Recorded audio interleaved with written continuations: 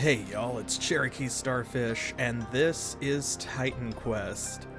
Welcome back to this new DLC, Eternal Embers. I'm so excited because even though Titan Quest as an older game has gotten several DLCs that I didn't expect, it's been a while since the last one, and this is the first time that I've ever been able to go back to a series where I completed a game on the channel and add more to that series because the game got an update.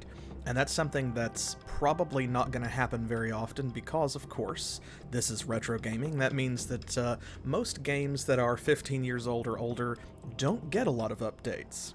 So it's crazy to see this.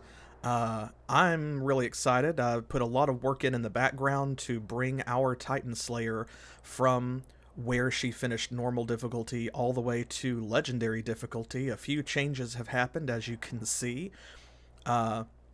Still a Harbinger, but there's a lot more of her. So there she is, our Titan Slayer, the Harbinger, the Titan Smasher, the God Slayer, the Lady of the Hour. Let's get right into it.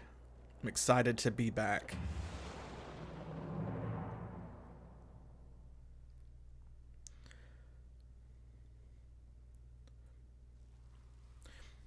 Oh yeah, before we actually get started with Eternal Embers, I do have one thing to show you because of course I played some of the journey through epic and legendary difficulty on the channel, but did not upload it to the YouTube playlist because I figured most people are not going to want to see the same game that they just watched over again 2 more times.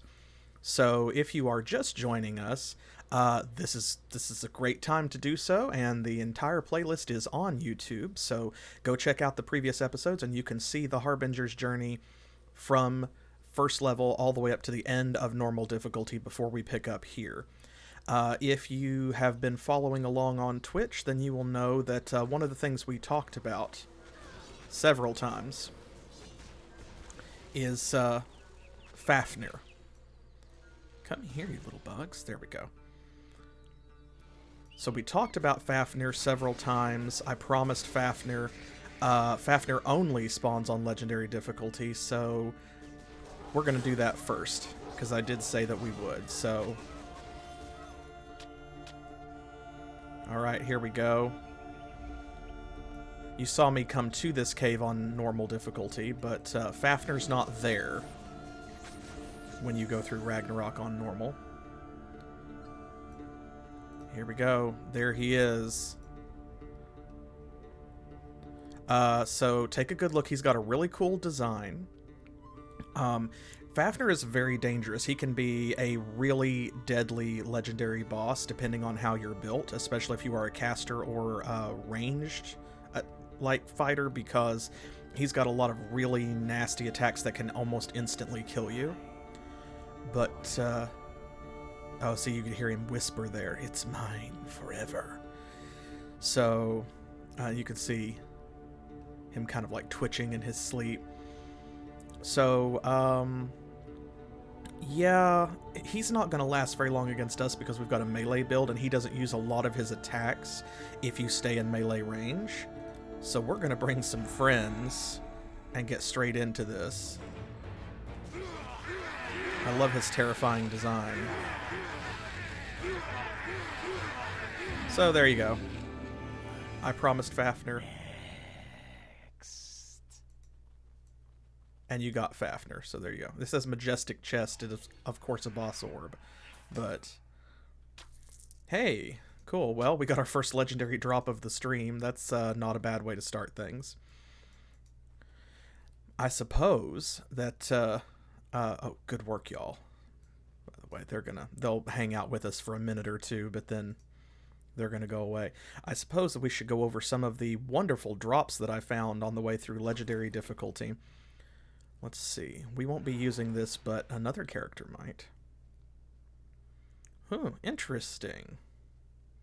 That's a pretty powerful bow, but it's a bow that gives you +1 to everything in Spirit Mastery. That's unusual.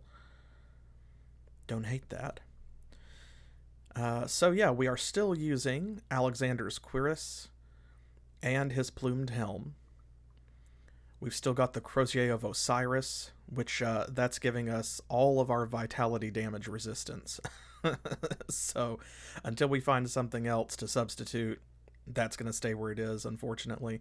Leggings of the Defiled, I found some stuff that I really would like to switch to, but we just cannot give up the bleeding resistance for the most part, and also the vitality damage resistance, because everything that's not coming from this is coming from the leggings. So we've got to find some way to rearrange a little bit. Still using the Necklace of Harmonia. That's helping with a lot of our resistances, but also most of our attack damage is converted to health through this and some other stuff. So that saves a lot on potions. Got the Reflection. That is our only non-purple item other than the Crozier. The Star of Elysium. This dropped. We needed weapon upgrades. Well, we got them. Check this out. It's Tearfing. Look at that damage. 20% pierce ratio. Very fast. Bonuses to damage, a critical hit chance, elemental resistances, attack speed, reduction to all requirements, which is great. So that means that while we're using this sword, everything is easier to wear. Armor, accessories, weapons, everything. Minus 12% recharge, plus 1 to all skills, and sometimes when you hit things, it shoots projectiles everywhere that deal vitality damage, and they cause enemies to fumble and have impaired aim, which is great. Now, this is not the standard Tearfing. I upgraded it through the Legendary Craftsmanship quest at the end of Legendary difficulty, so it has a slight boost. So if you go look it up somewhere and you see that the stats are a little bit different, that is why. Also found this, Dracana or Dracana. I don't think I've ever seen this one before. Also, very heavy damage. Also some burn and poison damage, bonuses to poison and fire damage, more elemental resistance, poison resistance, bonus to dexterity, which is our low stat, increased health, which is great. That gives us back the health that we lost from trading out Alexander's bracers for the Yarn Grapener. Pick these up in Ragnarok as well. Look at all those resistances, and it gives you bonuses to defense and shield block, but that's okay, even though we're not benefiting from that. Overall, I was kind of surprised to find that this was better than the bracers. It actually caused our damage to go up by a significant amount. So given that it's 760 armor, I was like, you know what? Okay, because we felt a little fragile for legendary difficulty. We'll see how long that persists, and when we actually get into Eternal Embers, we will see if we continue to feel fragile or if it feels like it's kind of balancing out. Let me go over here. We'll drop this off in our chest. Oh, it's you! Somewhere. Oh boy. I need to rearrange again. Let's see. I mean, this should be easy enough. Here, I'll just do this. There. Found this as well. This is a really good sword, and I was very surprised because I wanted to use it, and it has a great unique skill called Lethal Strike.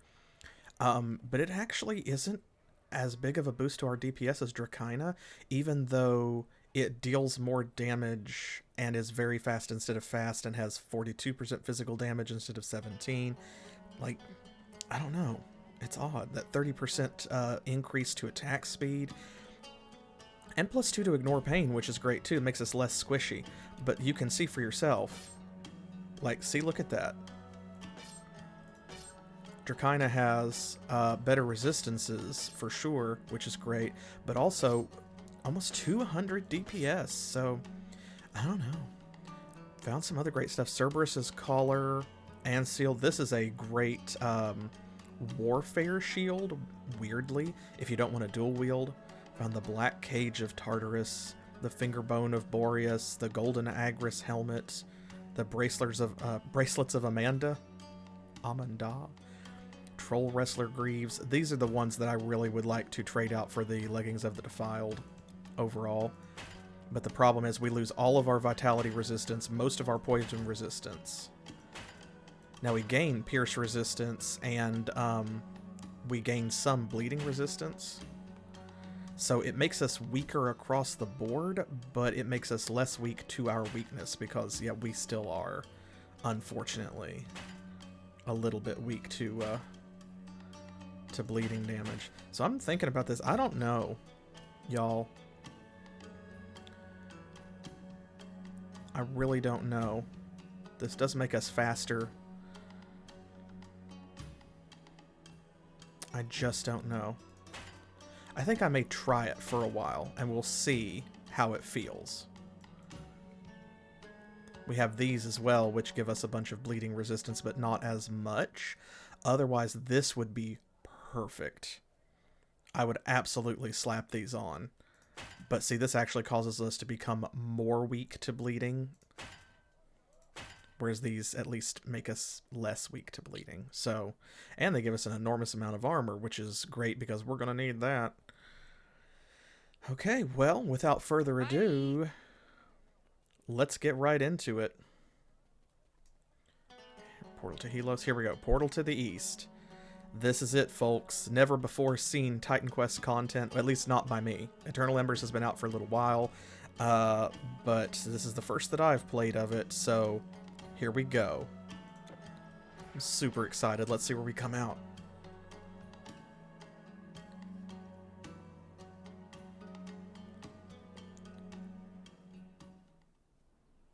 Ooh, okay.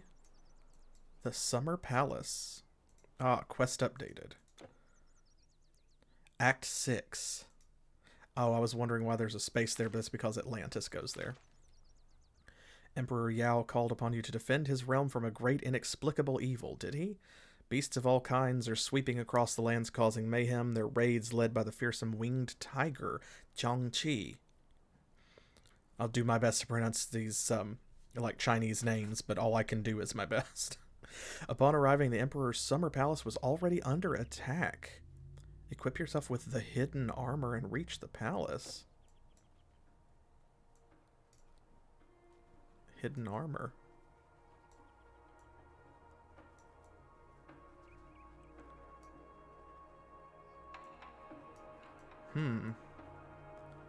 Where is their hidden armor? I don't see any. Maybe we'll find it along the way. Ooh, okay. Ooh, I see. Okay. Oh, look at that.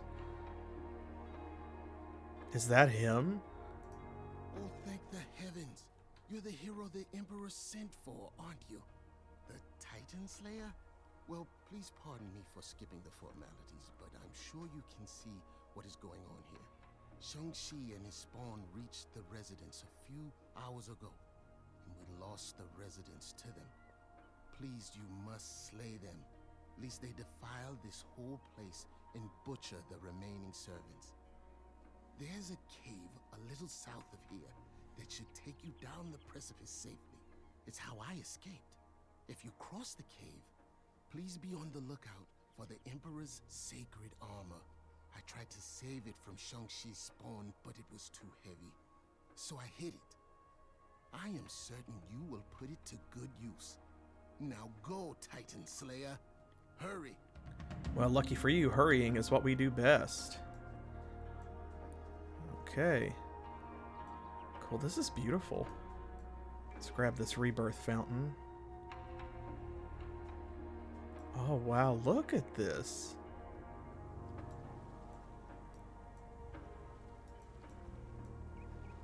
Very pretty. I like the new music so far, too. Oh, there's the cave. I was, like, trying to walk around it. I can't even claim that I'm like, oh, I'm rusty, because I've been playing Titan Quest constantly for the past few weeks. Nothing in the cave. Oh, this is cool. Oh, that's pretty. This is beautiful.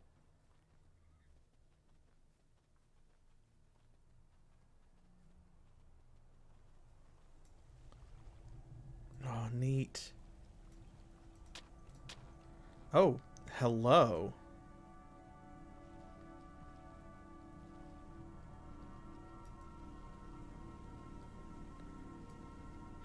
I guess we're not seeing any enemies yet between the starting point and these chests, because Eternal Embers gives you the ability to create a character at level 80, where we are now, where we've gotten to manually. But if you do that, you start with like no equipment and very little money, and you don't have credit for any of the quests that give you like extra stat points or extra skill points or anything like that. So that means that you are not as powerful by like miles as a character that has actually fought their way up through normal and epic difficulty to get here. Okay, let's see. What is this stuff? Symbol of the Polymath. Whoa, that's a really good artifact. Oh man, that's a really good artifact. I would love to switch that out. We've got to get some vitality resistance from somewhere so that we can trade the Crozier. Okay, bunch of potions. Potion of Life Draining converts a portion of the damage you deal to Life Leech. That's not bad. Okay, gave us a bunch of potions. Dragon King's Talons. Negative experience gain. 500 or minus 28% recharge. Minus 17% reduction to all requirements, but minus 17% experience gain. Whoa, they all have that. Bonus to speed, +1 to all skills. Defensive ability. Dragon King's Axe. Bow, the spear, and the staff. Okay, so they've got a bunch of stuff depending on your, like, play style you can accommodate. Potion of Ambrosia. Oh, bunch of resistances. Yeah, we need to start using those. Well, it looks like all of this kind of sucks. Certainly all of our stuff seems better. It's got more powers. Maybe if you put things on it, like maybe the set bonuses. Oh, I see. Look at that. That's just from 2 pieces. Pierce, bleeding, elemental poison, vitality resistance, stun, reduced entrapment. Okay. And I bet then if you... with 3 pieces, it goes way, way up. Okay, so it's designed specifically, I think, to counter the fact that your core resistances are set to like -50 on legendary difficulty. So it's basic armor to kind of correct your playstyle and give you something that's better than nothing, but that's literally all it does. Wow, that's rough. Okay. A portal. Our first portal. Summer Palace portal. Ooh, look at this. More portals than usual. See, because normally they go all the way down. This one, of course, is an extra because that's actually from the original game. Well, I guess that's the 2 that Atlantis is missing, isn't it? So it evens out. Okay, so we got 1, 2, 3, 4, 5, 6, 7, 8, 9, 10. So that gives us some idea of how long it's going to take to get through Eternal Embers, because usually we manage to get to at least 1 portal per stream, sometimes 2. If this is as close together as these portals, like in sequence, as they are in Atlantis, this won't take super long. If they are as far apart as they are in Ragnarok, it may take quite a few streams, so we'll see what happens. Hello, Mysterious Urn.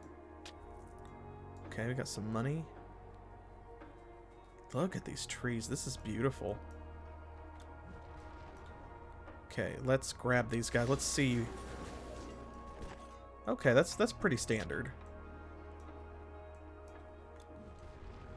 This seems like... yeah, they're not destroying my life utterly, so...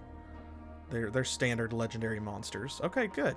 We did the right thing then. I feel prepared for this now, since we fought through legendary to get up here and we've got good stuff. Now, where are we? We've got a mystic. We've got a caravan driver. The fastest caravan in all of China. Let's get rid of all this stuff because it's just going to weigh us down. I'll put this here. What is that? Legendary Sun Worshipper Ichor, or Icor, depending on how you've heard it said. Corrupted blood of the followers of Akhenaten. Akhenaten, the sun-worshipping heretic, can enchant all weapons with fire damage and fire resistance. Interesting.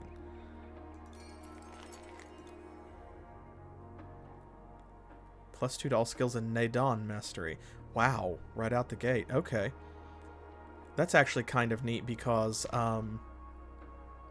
Nadon is the new mastery that was added with Eternal Embers. I don't know anything about it other than it's supposed to be, I guess, like Chi mastery, kind of, with, you know, like martial arts stuff, some healing abilities. Oh, there we go. This too. We talked about the spell of pieces that gives you the primrose during the journey through epic and legendary difficulty. And if you were with me on Twitch, you got to see the primrose passage on epic difficulty. So this is the prosopon. This is the mask that you have to get in that door in Delphi, behind which are, see, the poet's jotting, the actor's note, and most importantly, the pieces. This is that mysterious document that I kept referencing during the live streams that gives you clues as to where to find the 3 pieces of the scroll and the spell formula itself. So there you go. Farewell. Okay, portal to Helos. We've got a trader. Do you need something? I don't have all day. Trigram staff. Voracious monkey staff of erudition. Crippling Guandao of ruin. Nice. Look at this. Fengchan spear. I love the new weapon designs. Got anything good over here?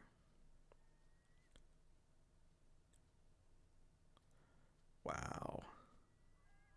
These are all good, and those are just yellow items too, but then, I mean, on legendary difficulty, everything's good. Dynasty Greaves of the Emperor, of the Pegasus.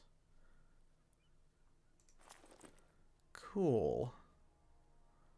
Ooh, that's just +2 to all skills in warfare. Nephrite Seal of Power. Nephrite Jade, I guess. Neat. Is that all? Good. Yes, that is all. Okay, so I see no door or anything. There's portal to Helos, and this is portal to Corinth.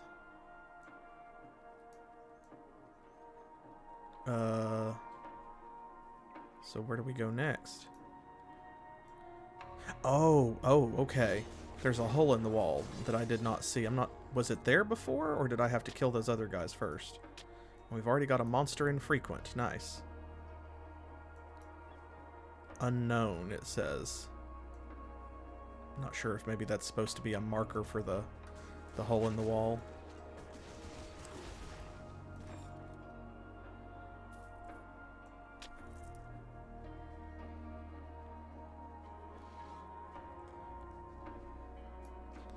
They have a love of doing that in the Chinese areas, it seems, because this happens in ooh, another legendary. This happens in Chang'an as well, where there's like a hole in the wall you have to go through, and I think it stymies a lot of people playing the game for the first time, because it's easy to kind of walk past it and not find it, just on casual inspection. To whom it may concern. That's it. I've had it. Day in and day out, we raid the human villages. Why do they have to make it so difficult? Pitchfork this, cudgel that. And now there's rumors of an insane Greek traveling the land, killing everything in sight. No, thank you. My insurance doesn't cover foreign invasions. Apparently, 2 mages in the West are hiring extras for their show. They even provide dental. The audition is tomorrow. Wish me luck. Signed, Mittens. Oh my gosh, so this is a Tiger Man who is just quitting. Oh my gosh. And in case you don't get the reference, 2 mages in the West hiring extras for their show, that's talking about Siegfried and Roy, I'm sure. Wow, that's awesome. Orion's Mace. Bunch of bleeding damage, poison damage, elemental resistance, grants psionic touch. Interesting. Cool. Well.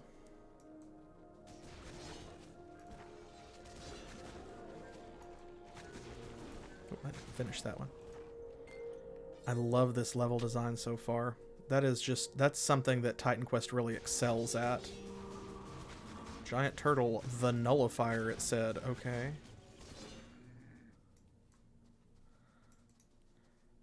But I feel like if you're not going to have procedurally generated levels in an action RPG, then you had damn well better have good, memorable static levels that people enjoy traveling through. And I think that Titan Quest does that.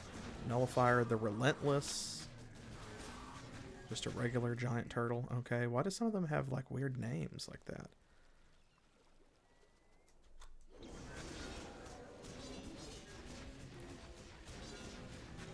Okay, I'm feeling good about our damage output.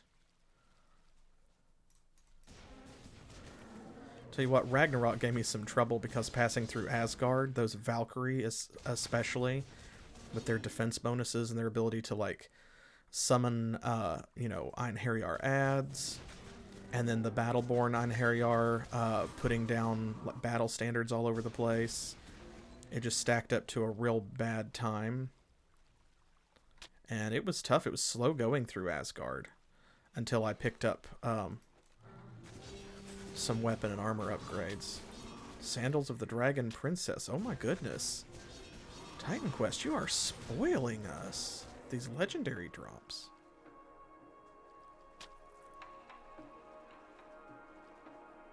This is so pretty. See that, like the explosions of like purple crystals, by the way, that happen sometimes just seemingly at random. That is Tyrfing's Mystic Circle ability. It took me a little bit to figure out exactly what that was. But Tyrfing is the best weapon we've had by far. It's very fast, it's +1 to all skills and all these other powers. So, oh shit, look at this. Another legendary drop. And an arcane formula. My goodness. Eternal Embers is making it worth the wait. At least for me. I hope it is for y'all. I think it's trying to show off. It's like, look at all this cool new stuff. Which is good, because I feel like we've earned it. Having to come through all 3 difficulty levels just to get to this content. Whew. But this is already worth it. I'm already having a good time. I cannot get over how pretty this is. And of course, so far, all of the enemies are like, palette swaps of previous models. They've just reskinned the Tiger Men and the Turtles from earlier in the game, but that's okay. You're allowed to do that. And I don't mind. Because it's an action RPG, there's, you're just going to be killing a lot of monsters anyway. So after a certain point, I admire the diversity in models, but it's not mandatory for me to enjoy it. It's just a bonus. Because like I'm only going to be staring at most of these non-boss monsters as long as it takes to kill them. So I want the bosses to have cool designs like Fafnir does. Like they all do, really. But the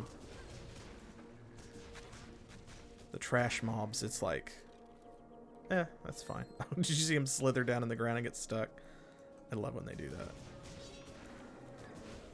I can't wait to experience some interesting new bugs and glitches in Eternal Embers as well, because it would not be Titan Quest if it wasn't a little buggy here and there. It's a wonderful game, but it does have its bugs, and those bugs are a feature. If you've never played Titan Quest before and you are watching along, I hope that you'll give it a try, because it's available, even the Anniversary Edition, with most of the content except for Eternal Embers, for really cheap most of the time on GOG or on Steam. And of course, if you're watching on YouTube, you can scroll down in the video description and you can find links to where you can pick Titan Quest up for yourself. It goes on sale all the time, and if you can get the anniversary edition, you know, for $4 or $5, it is supremely worth it. Okay, I saw a rebirth fountain there. Let me grab that. This is the way we're supposed to go, but I want to go down here, since it is not the way we're supposed to go. So, as is tradition.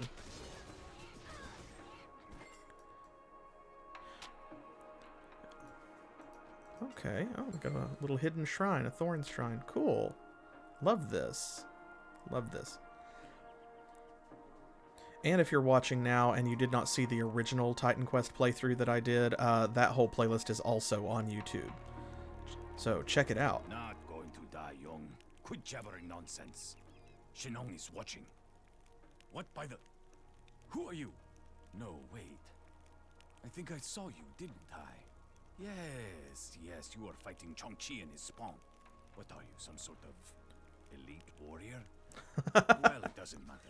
If you're here to slay the winged beast, you have to take up the chase as fast as you can. He passed right by us, but some of his creatures didn't, and you see what happened. I don't know for sure, but I think it went down into the hinterland marshes. And please, hurry. Others won't be as lucky as we were. Fair. Oh, good heavens. For a second, I thought that monster was going to tear my throat out. Should Jing shine upon you for helping us, soldier. You are a soldier, aren't you? Well, I suppose it doesn't matter. You must track this beast before it gets away and can wreak more havoc. I am evidently no scout or pathfinder, but you could try following the shore and talking to the fishermen. They must have seen where it fled to. Good luck, and thank you. I would no longer be here if not for your help. Okay. Got more turtles. These turtles are awfully far inland. Well, not that far, but just usually you fight turtles on the beach, so it's unusual to see them like out here.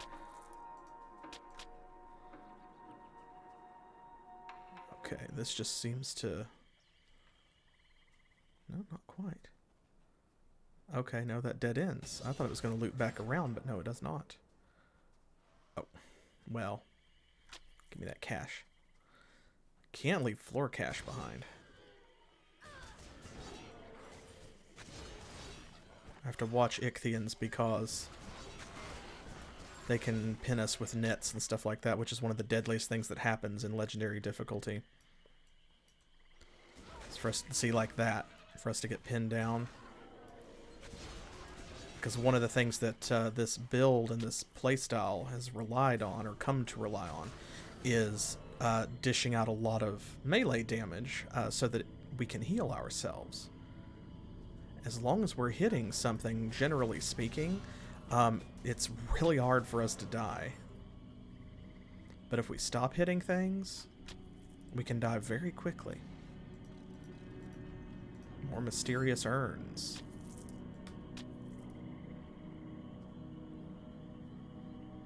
Okay. This water is not shallow enough for us to just wade through, so we do have to travel by the bridges, it looks like.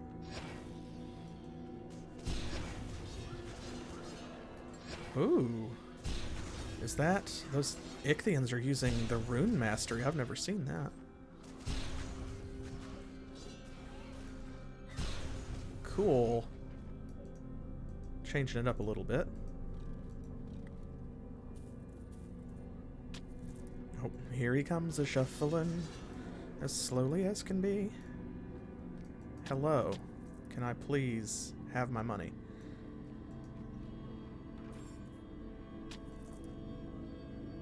Okay, is that everything here? I think so. I don't see anything else. Gotta check all of these little islands. Pixel and I have been playing Grim Dawn casually because he had never played it before, so we were playing it together, and it's got me paranoid because Grim Dawn is made by a lot of the same people who made Titan Quest, And you can tell because it shares a lot of gameplay mechanics. Like, play-wise, I won't call them identical, but it's close enough that if you had played one, you definitely notice that the other one is similar. And especially in areas like this, Grim Dawn is incessantly hiding little places that you can, like, go off map. Secret passages. See, like, look there. How did we... Okay, there's no bridge. Okay, so we're probably going to come back around to that from the other side. Oop. The undead, eh? Okay. This is another one of our weak points. Ooh, the root of the problem. We just got a new quest. It's a hero monster called the Phantasm. Flying eels. Is Ursula here as well?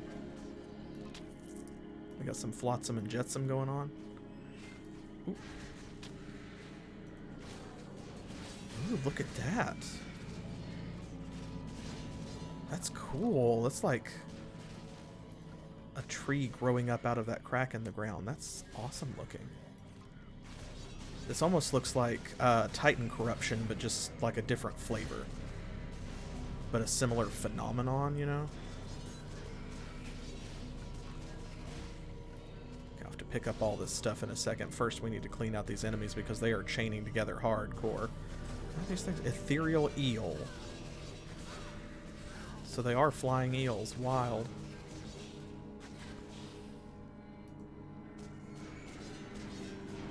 Okay, there we go. I think maybe that's all of them. Phew. Oop. Wow. Trapped with skeletons.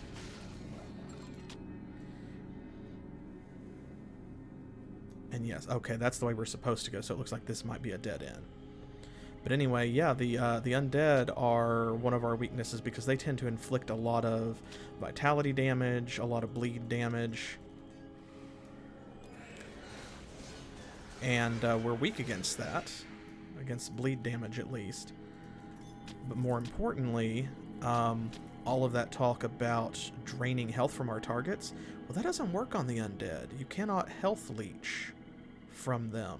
So hitting them doesn't heal us, which means sometimes it can be, you know, like I'll forget to use potions because most of the time I don't need them against living enemies like these. Then I'll get into a fight against the undead or against some constructs that you can't life leech. And I have to listen out for that low health warning sound because I can get in trouble really quick on legendary difficulty. If you don't pop a potion when you need one, things go south very fast.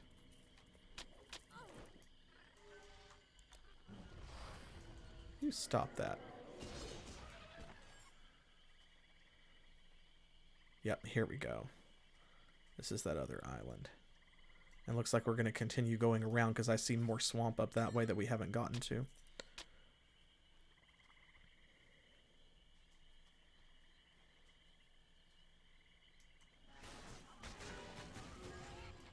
Oop, another hero monster.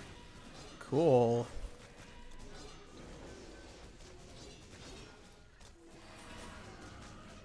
Got him.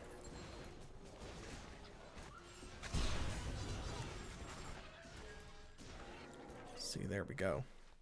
Once again, they've got us pinned down in a net, and when they do that, because we rely so much on like speed and stuff, and on staying mobile, that if we can't, it really hurts our play.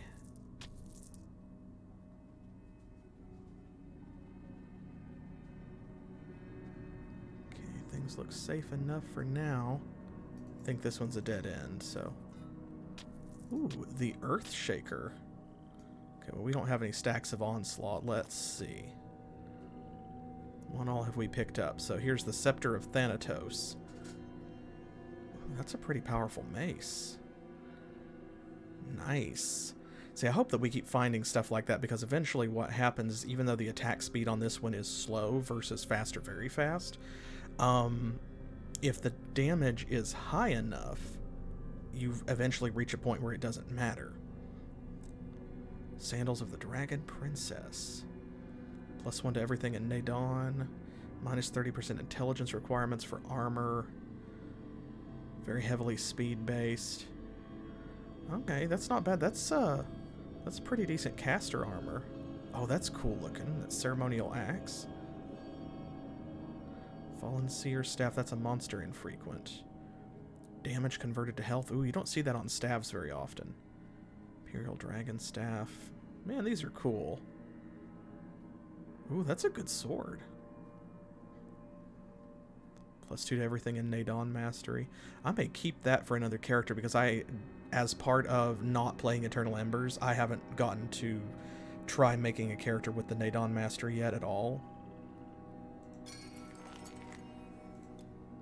Here it is, the Earthshaker. What is this? Oh, this is a spear. Armament of Poseidon. Oh. That's why it's +1 to everything in Hunting Mastery. +2 to Gouge, Strength and Dex. Slow, reduced resistances, reduced offensive ability. That's pretty good. Goes with Poseidon's Greaves Helm and Cuirass. I feel like we might have a piece of that. Maybe. Maybe. I don't know, though.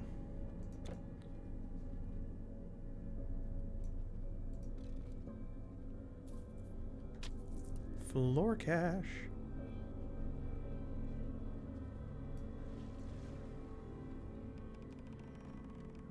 Abandoned village. Oh, well, it's not completely abandoned. There are skeletons here.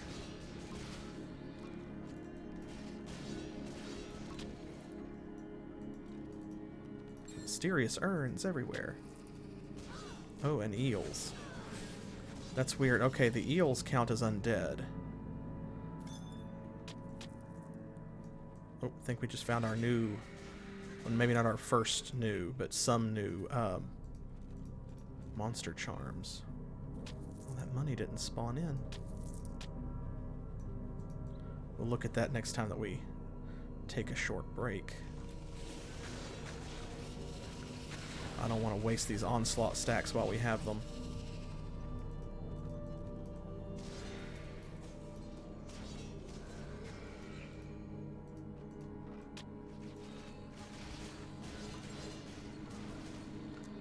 Okay, I think maybe we're supposed to go that way, so let me go over here. Yeah, this is a dead end.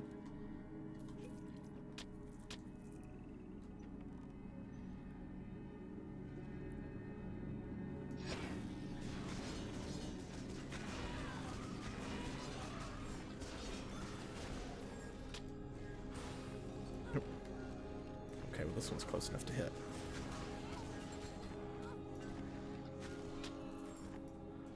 To me, out of that net. I hate it here.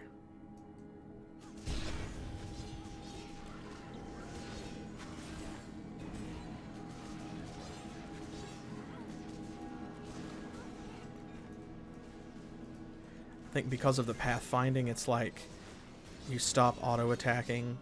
Even if you're holding the button down, if you click on an enemy that is out of your reach while you are entrapped. And so one of the things that you have to do is, even if there are enemies within melee range, you can't just move your cursor over them while you are inside of a net. You have to like let off the button and then re-click on an enemy that you can hit to start attacking again.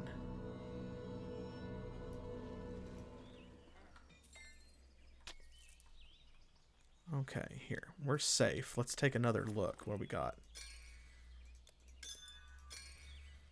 Okay, so we have Incarnation of the Talde's Gluttony. One of the 4 perils. The Talde's insatiable hunger is unmatched, consuming everything in its path. Oh, so it's bleeding and bleeding resistance to weapons. Legendary Yaoguai Horn. Horns of adult Yaoguai, a soul-devouring demon infused with the chi of their victims. So vitality, damage, and resistance. Okay, that seems to be the theme so far. It adds a type of damage and the same type of resistance. Dragon Tendons. Tendons of the Dragonkin, spawn of Sihai Longwang, ruler of the seas. Can enchant bows. Ooh, so you're using a dragon's tendon as a bowstring. That's neat. Elemental damage and resistance, attack speed, and projectile speed. Ooh. But of course, because all of these are going to be, required level 60, because they're legendary only, because they're locked behind Eternal Embers. Aspect of Qi. Torso armor or shields, elemental resistance and dexterity. Neat. Cool. I'm loving this new stuff, this new gear.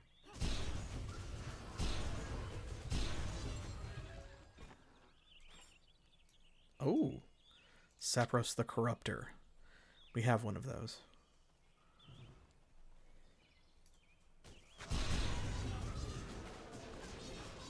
Yeah, those rune shields aren't going to help you very much, friends.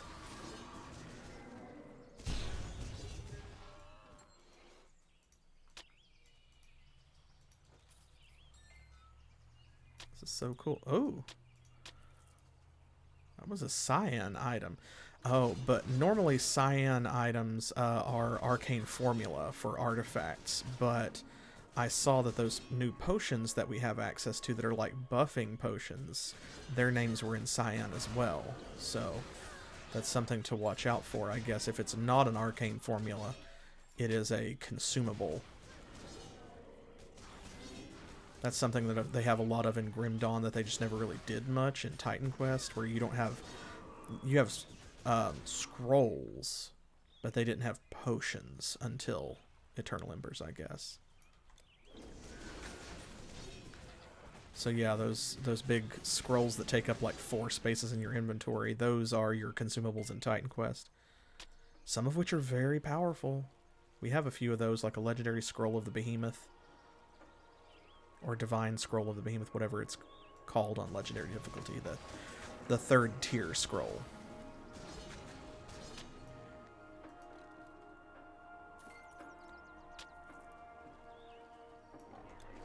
Hello. Cub of Qiong Qi.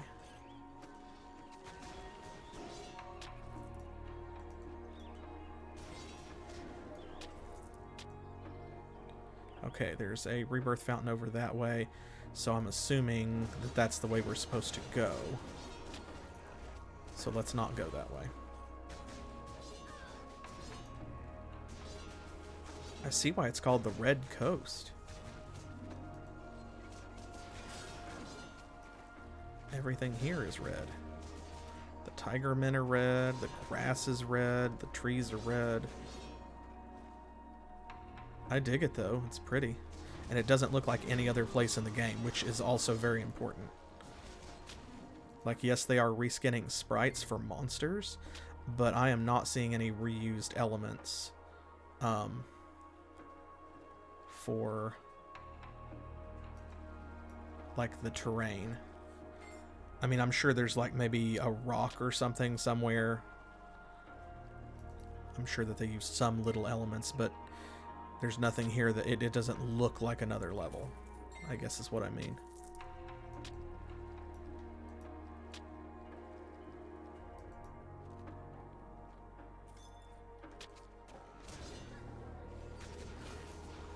Give me my floor cache. Oh, she's not picking it up.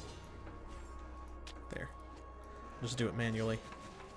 Sometimes the pick up everything nearby button doesn't work right.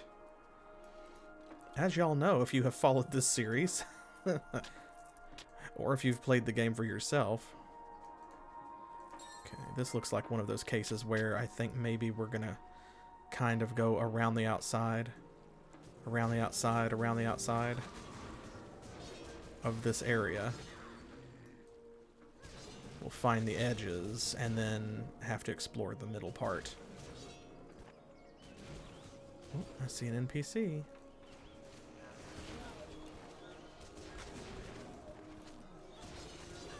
Saber Lion, a disintegrator. Spelled incorrectly.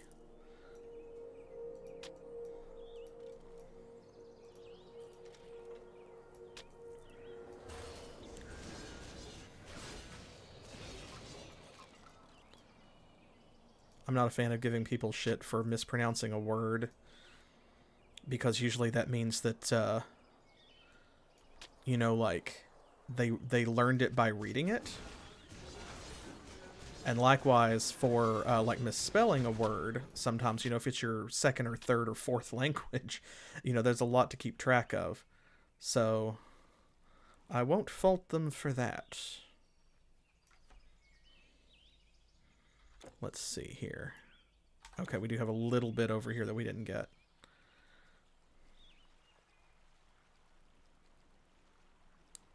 See, you get it, Shadov.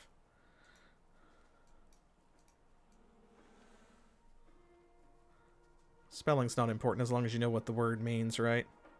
I know it says disintegrator. They got their point across, so... I love this. Okay, looks like we need to go that way, so... But we saw up here an NPC. Wonder if that's going to be a side quest. Let's go find out. Anything in here? Colossal Fengtian Spear. Was it not an NPC? Maybe it's something in one of these urns. Rosewood Axe of the Storm. Oh, I see. It's that, like, lectern. Interesting. Mystic Tome. 4 perils. You know of the 4 symbols. The azure dragon, the vermilion bird, the white tiger, and the black tortoise. Valiantly they watch over us, each shielding one cardinal direction. But the light cannot exist without darkness, and so there are also the 4 perils.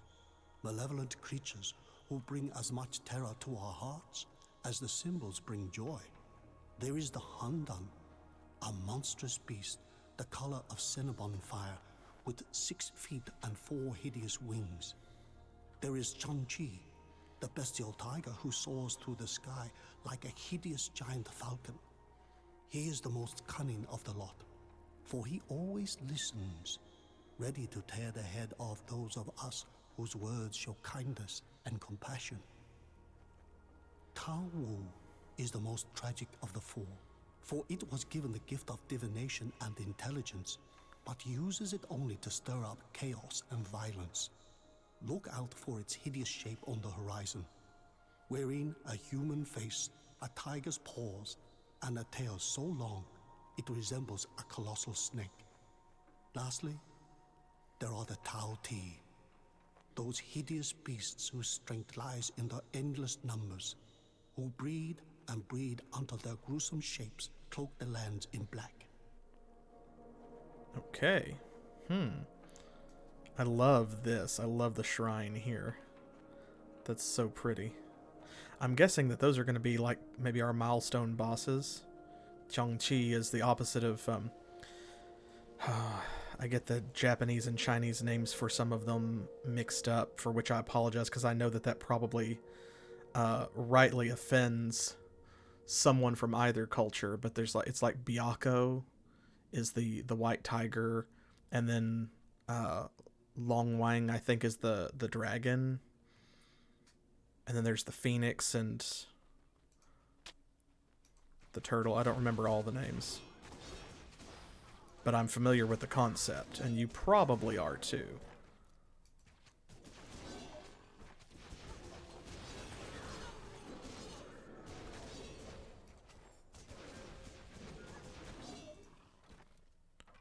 Anything good in here? It doesn't matter what difficulty level you're on, you generally want to open every container and explore all the little corners and things, you know, kill every monster on every map, because you never know what they're going to drop, and it could be something good. But the higher the difficulty level, the more true that becomes, because if you are on epic and legendary, they're going to drop epic and legendary stuff. If you're on legendary like we are now, they're going to drop mostly legendary stuff.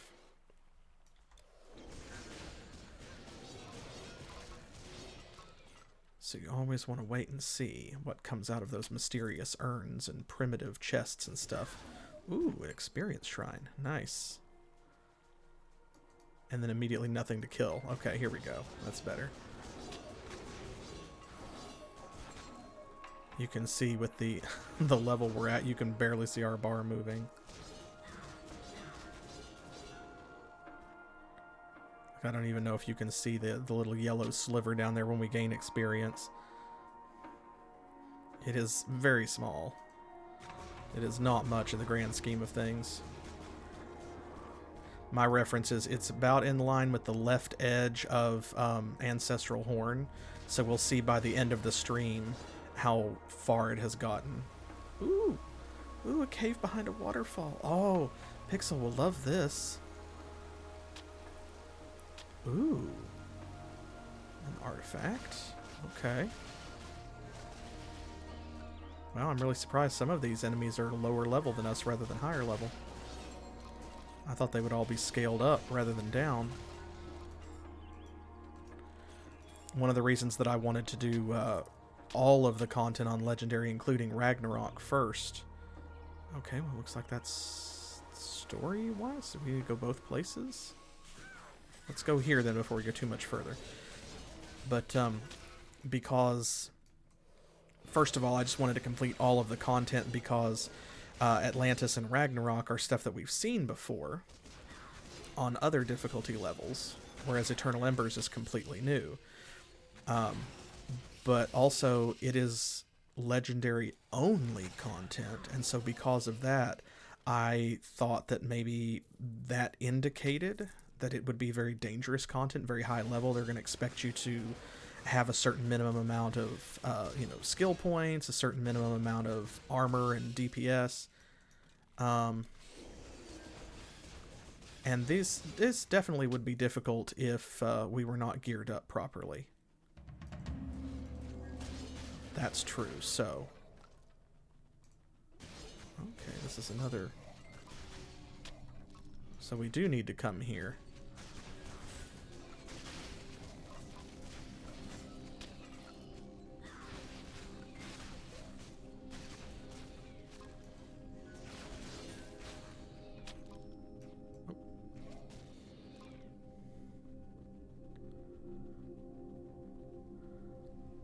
But it doesn't feel as though these enemies are like overpowered or anything. This feels good so far. Actually, so far this is much easier than Ragnarok content, which is wild. I didn't expect that.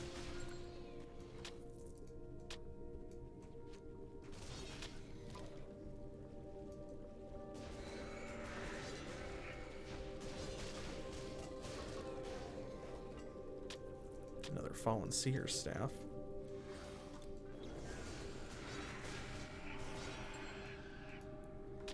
Another one. No more room. You can't hold Oh, okay. Well, that's all right. We'll come back for that stuff.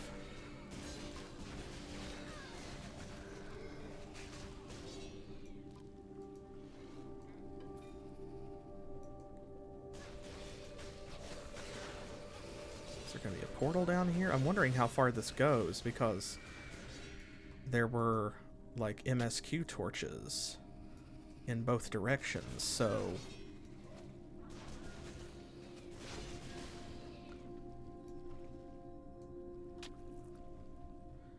okay, well, before we get too far away from it, let's go ahead and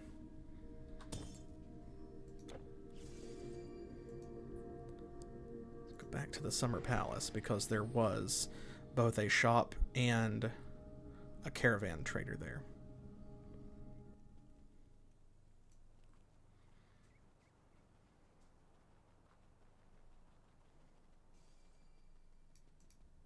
Trust me, your belongings are safe with me.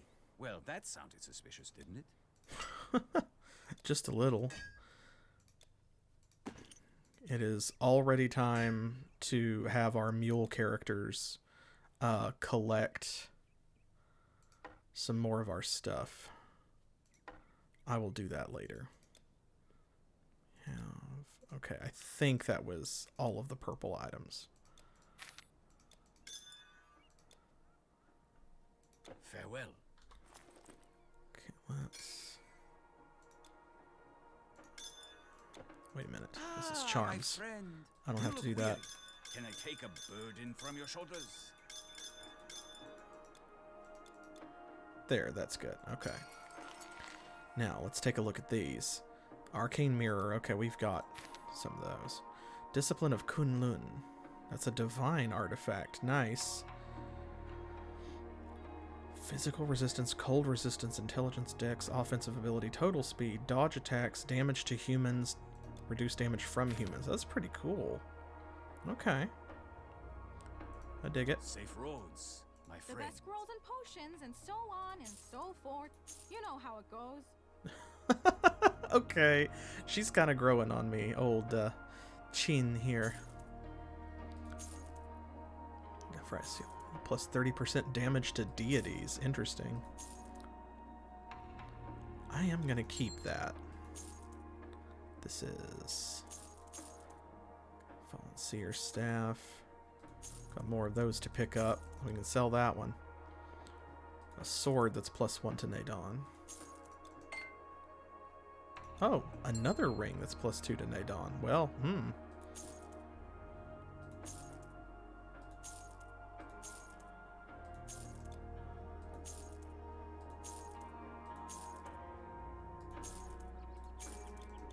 Okay. And here, we've got lots and lots of extra potions that we do not My need. pleasure. Do come back. The Blah, fastest blah, blah. caravan in all of China. My pleasure to come back. Blah, blah, blah. There, we'll add that to our other character notes. Wu Tao's Elixir. Okay, so for 90 seconds we get 70% bleeding, poison, and life leech resistance. Oh man, I need a bunch of this.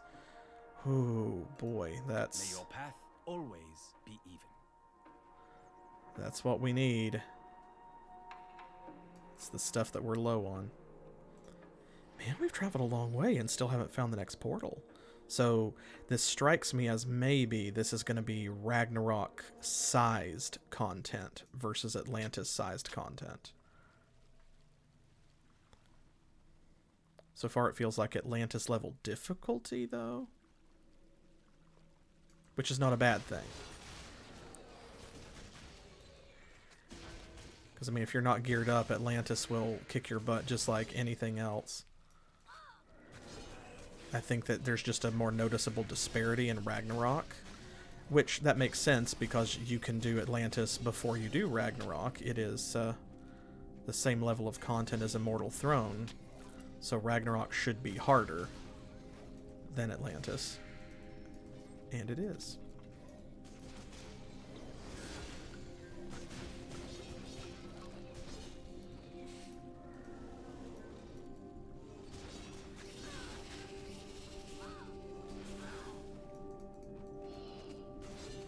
Man, these caves just go on. Okay, let's grab this stuff.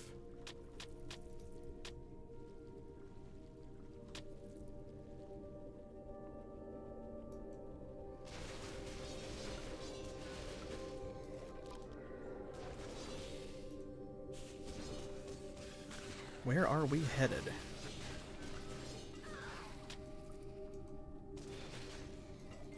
Is this gonna dead end somewhere, or?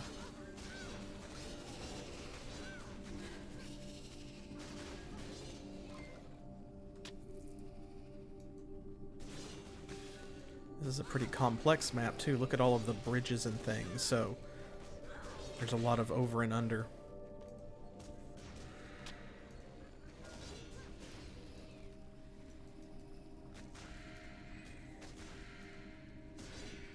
Okay, that's a dead end, finally.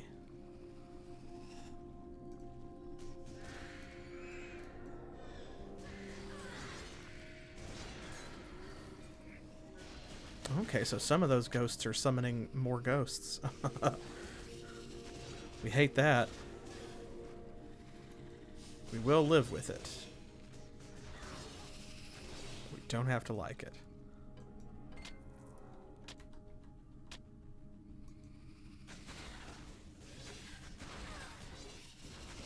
Eels are so weird. I wonder if there must be like a mythological thing about that, the spirit eels. That's not something I'm familiar with, and definitely not something I expected to see.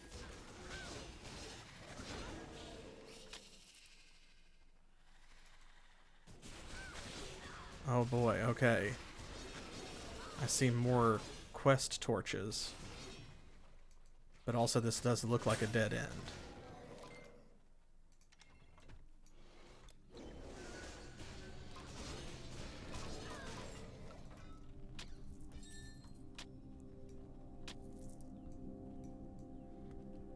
Okay. This looks like a tomb or something. Maybe we can't interact with it yet because we have to do something else. Not sure.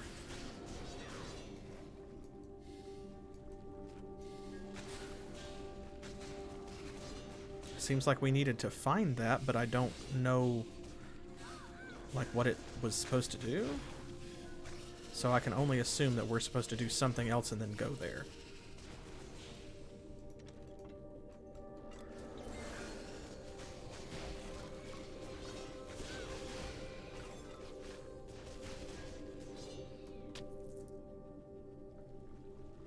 Let's try to go match back up. I can tell our experience bar is moving very slightly. Look at that, it's almost halfway across Ancestral Horn. That's progress. That is progress.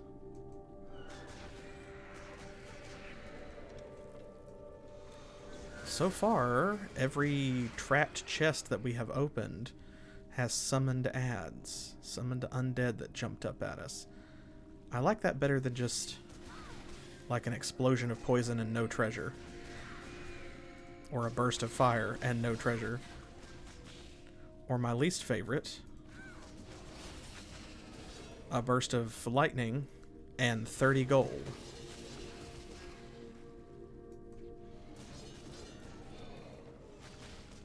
You'd think that would hurt less because it's like, well, at least you got something. But no, it's more insulting. It's kind of like, I don't know how it is in different cultures, because I know some places they don't tip servers and stuff, but here in the US, you know, you're supposed to tip the person who brings you food and, you know, waits on you at the table. And if you leave nothing, that's really rude. But what's worse is to leave a very, very insignificant amount, like a penny or 2 cents or something, because that shows that, you know, like if you just walk away without leaving a tip, you could have forgotten. Right? Or maybe somebody accidentally, someone else picked it up off the table. Someone stole it before the wait server, you know, got back. That kind of thing. There's all kinds of explanations. But if you leave like a penny, you thought about it and chose to be malicious. So you're like saying, this is all that your service was worth. I think very little of you. I'm leaving a deliberate message. So that's how the 30 gold popping out of the chest feels. It's like if there was nothing, you know, sometimes treasure chests don't have anything in them. Boxes can be empty. They don't always have to be full.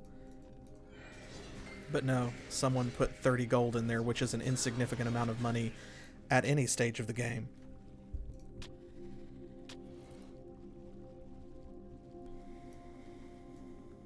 Anything? Okay, now we're back to somewhere that we were.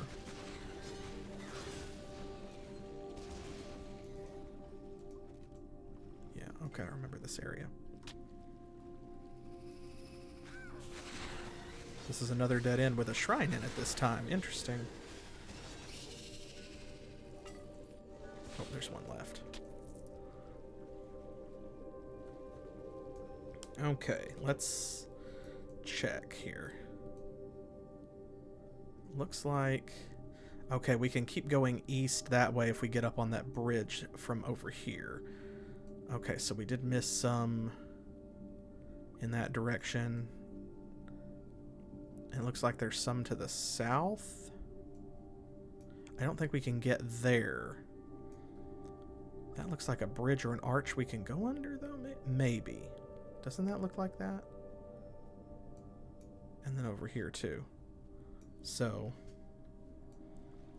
Okay, let's go this way first. There's a lot. Like, this is just a big, big area.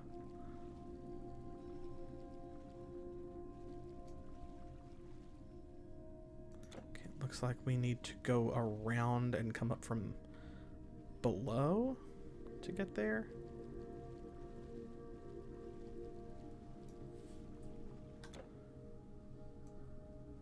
Okay, or maybe we just can't. We just can't get there. And this is the same thing. Okay, that's just the edge of the map, kind of like this. Okay, so it looks like we just can't get in there. Alright, well that's fine. Now we know, so let's head over this way. Oh, right, we have to go around. With the map up in front of me, of course, I couldn't see that fence. It's like, what am I running into?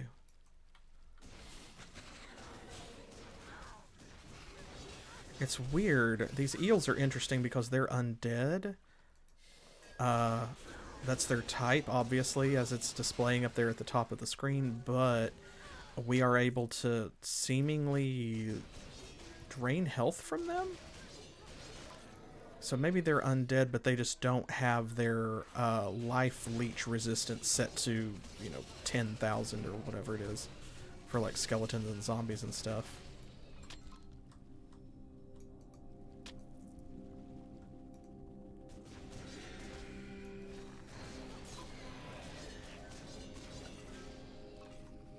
Haunted Shipwreck. Hello? Yeah, because see, when we're fighting a mixed group like that, we're healing. So yeah, we're draining health from the ethereal eels. Interesting. I didn't expect that, but that is a welcome discovery. Hello? There we go. She just would not attack them for some reason. I don't know if something else was in the way or if there were two stacked up or what it was.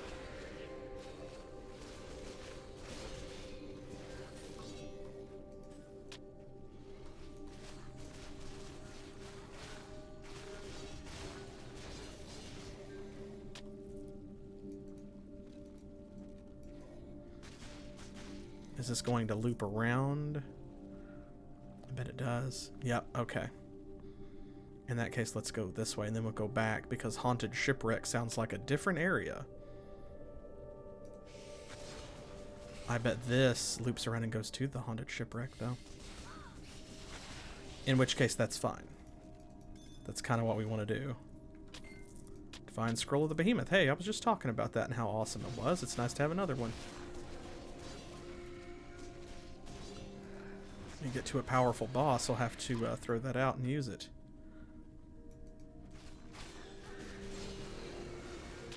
Oop, I didn't mean to pick that up.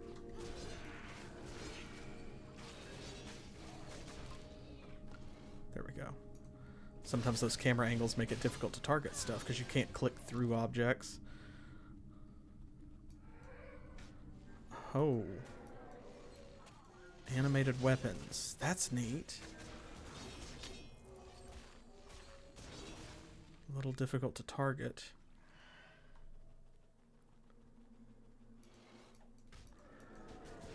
Animated armor. Oh, that's cool. They just made the model invisible, but it's still wearing armor and stuff. Neat. I like it. Shin Thou of Harmony.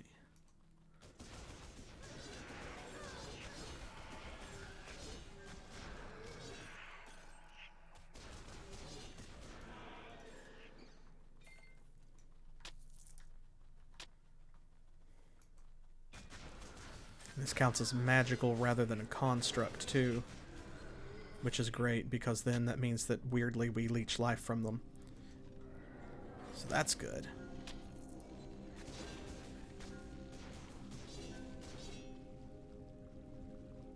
Okay, this is where we were before.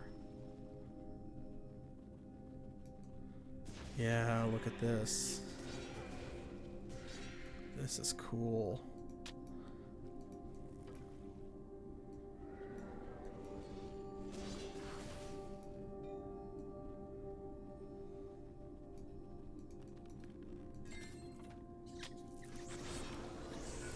Wow, there were bats in that box.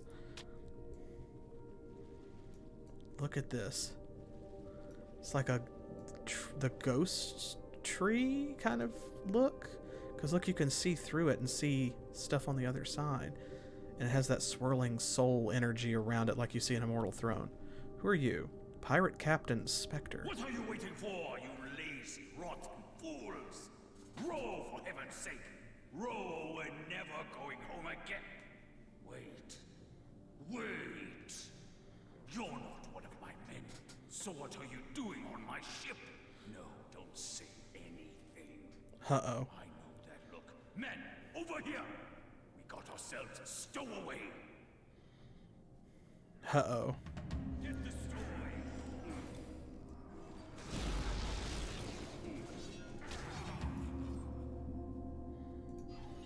Okay.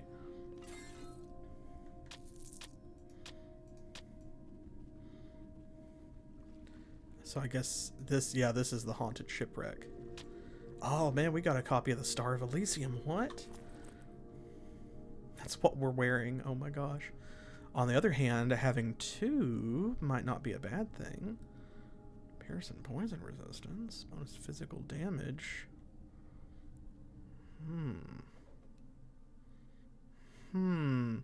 Our elemental resistances are pretty good. On the other hand, reflection bounces damage back and gives us a bonus to Trance of Empathy. Let's see what it does to our DPS. Okay, our DPS does go up.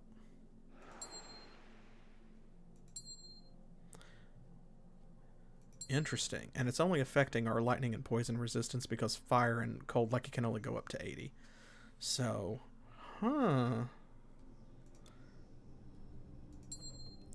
3591 to 3796, so it's a boost of 200 DPS. All right, well, I say let's give it a shot. Let's see what this is like with 2 Stars of Elysium, because frankly I was only using Reflection because we were using like Timaeus and Alke before, and once we got enough strength that we could wear all of this stuff without needing the reduction to requirements or the bonus strength, I just put that back on because it was a better ring. So if this is going to give us... This gives us more health, health regeneration, bonus strength, bonus damage, everything. So yeah, this might be better. Let's see. Okay, we need to go down that way. That's going to circle back around. And I think this is probably a dead end.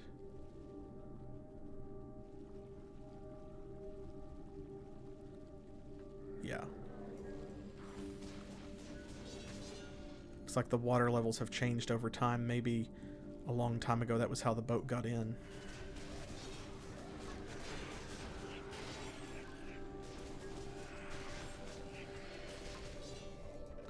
Interesting. So that was part of our main story, because we got the update to the root of the problem.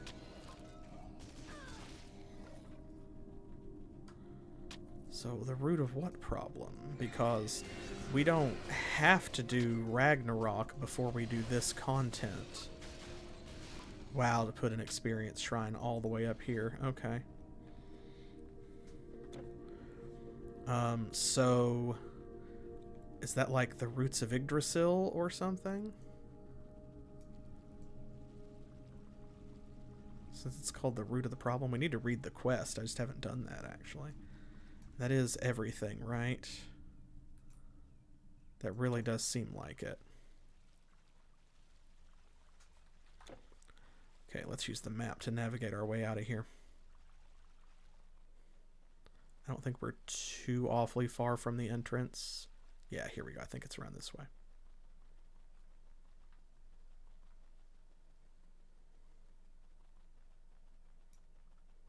Mastermind. Oh, did we not have... Oh, Trance of Empathy might have gone off. Another experience shrine, okay. Because I took the reflection off, maybe.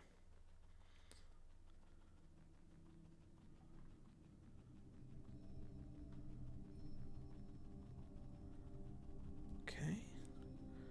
Interesting. Okay, so the main story quest is kind of diverging in different directions because we did need to go in there, but then also we obviously need to come this way as well. that was a dead end. So I'm glad we did go back instead of going forward, because there's no portal there.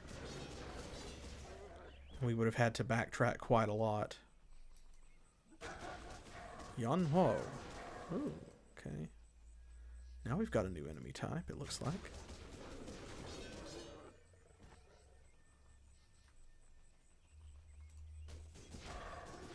Oh, evil monkeys. That's what it looks like to me.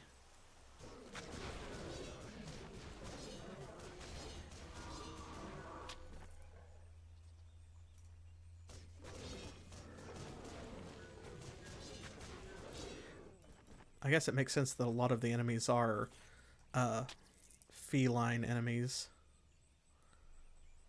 considering that Qiong Qi is like a flying evil tiger.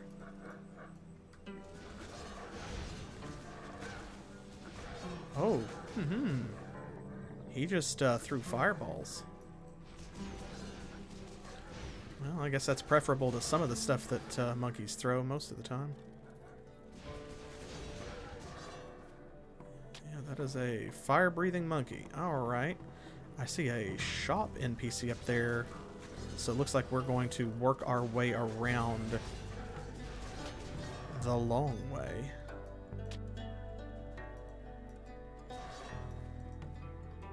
And probably we've got...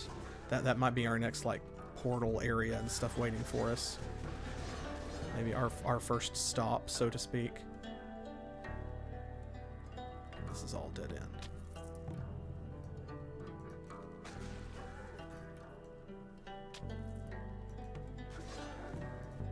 I am 100% certain that not every, like, monster or cryptid or whatever in Titan Quest is accurately represented.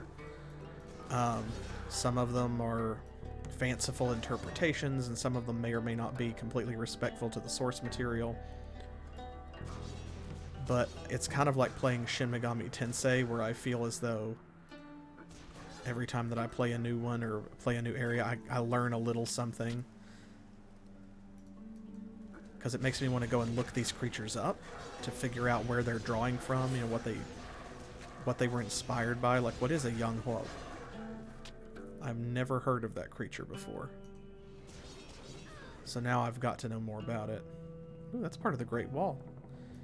Wow, we really have backtracked on ourselves, because we've been to the Great Wall. We've been up on that baby.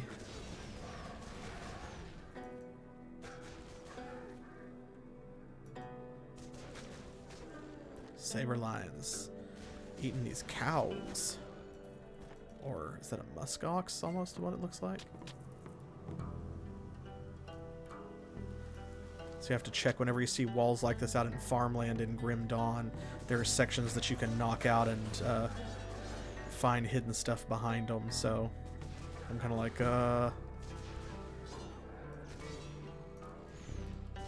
this feels like Helos again. We're fighting to protect a horse that's just standing there watching us. Okay, and I do see the portal up there, so I was right. That's going to be our first stop.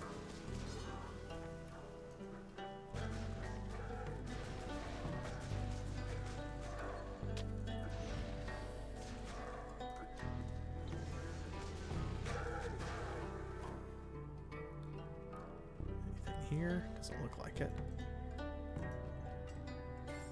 Potions.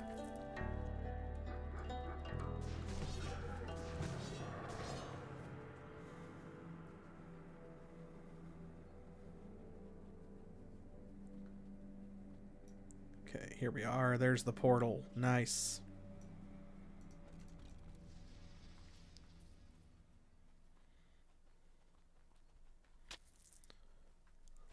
Hello, soldiers. Oh. Enraged gorilla?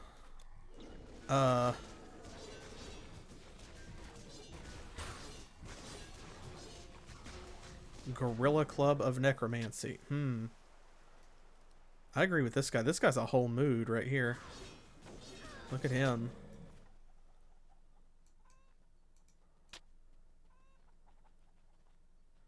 Okay, we gotta go back around. We missed a little bit.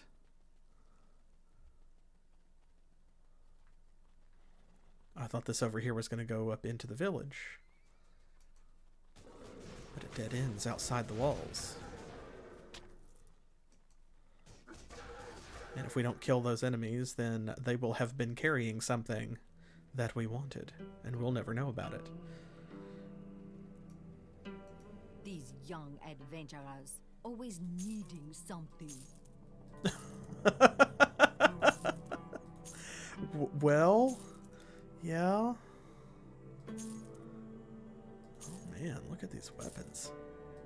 That's an ugly looking club. Well, at this rate, I'm worried that we're going to we're gonna find a yellow or green item that is better than Tyrfing and Dracaena. It's this incarnation of Ho Yi's determination, a fragment of the archery god's own bow, enchants piercing weapons. Plus 20% attack speed and increased projectile speed and 5% chance of stun. Very nice. So much work.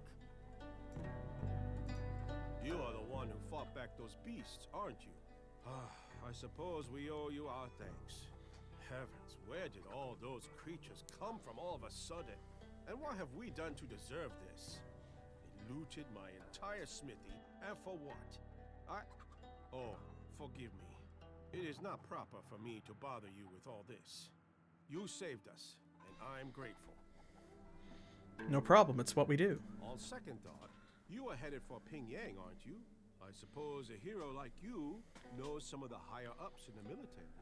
If so, perhaps you could ask them if they still need a skilled blacksmith. I heard they're recruiting.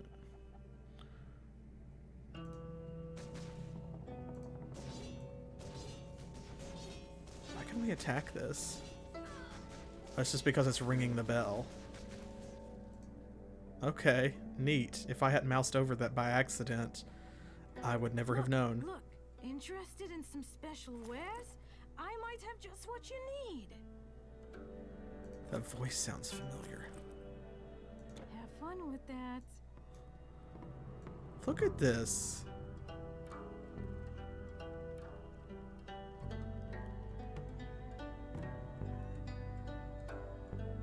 This guy is like... he's just a whole mood. I feel this.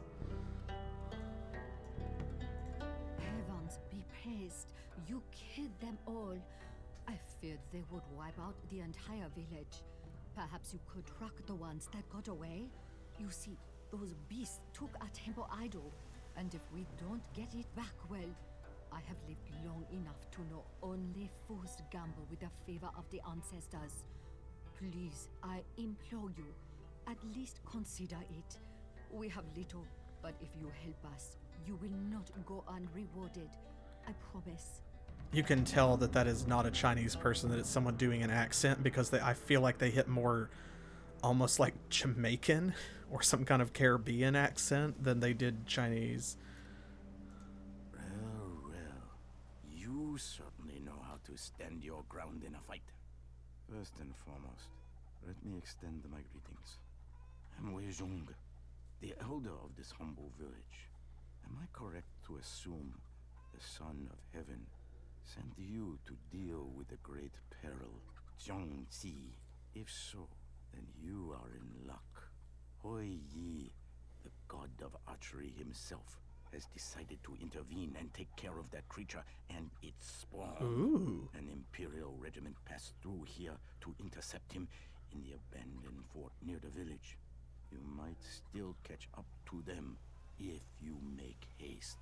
Heavens know, we need all the aid we can get. Whatever prompted Xianxi to come out of its lair, it must be the same thing that riled up the Yanhu, and who knows what else. Okay. Ooh. Well, we get to see the bar move now. Whoa. 1,000,000 experience. I think that might be the most experience points we've gotten at one time for anything. Okay, let's see here. Strange land. Catch up to the Vanguard. Okay, side quest. So, the root of the problem. So that was a side quest. Ghosts haunt the area around an ethereal tree. Strange markings carved into the ground. Vanquishing the ghost captain put the restless sailors out of their misery. You cleared the haunting. Oh, so when we circled around and got into the flooded caverns, I guess that's where, like, the tree was coming up out of that crack, and then we went underground, and where the tree was so tall coming up out of the shipwreck that it, like, disappeared up where we couldn't see it. That was the top of it, the first part that we saw. Okay. Neat. Monkey beasts. Attacked lions, stole their idol. Return it lest it lose the favor of the gods. We can't have that. We gotta have the favor of the gods. Why, isn't that just lovely? Another stinking mercenary. Please hurry along, won't you? I am an official of the Emperor's court, and I wish not to be pestered. Well, okay, sure. Don't worry, we won't bother you.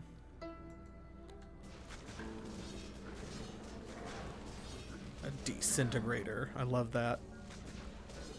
What a good typo.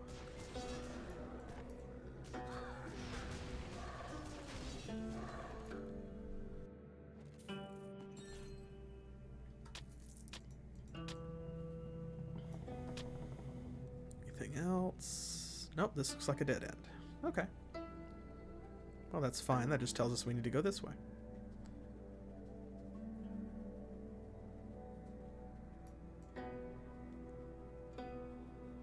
Ooh, I can't wait to see what we find over here.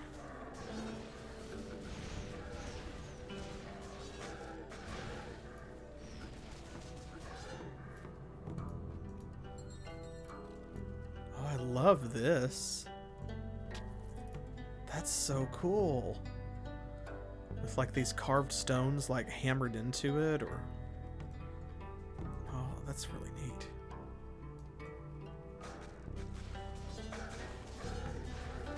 I love this music too, like it's really chill. I can tell that, as it has always been, the Titan Quest soundtrack continues to be something where I can just take most of the music from it, if not all, and just put it on repeat and just listen to it for enjoyment outside of the game, completely independent of the game.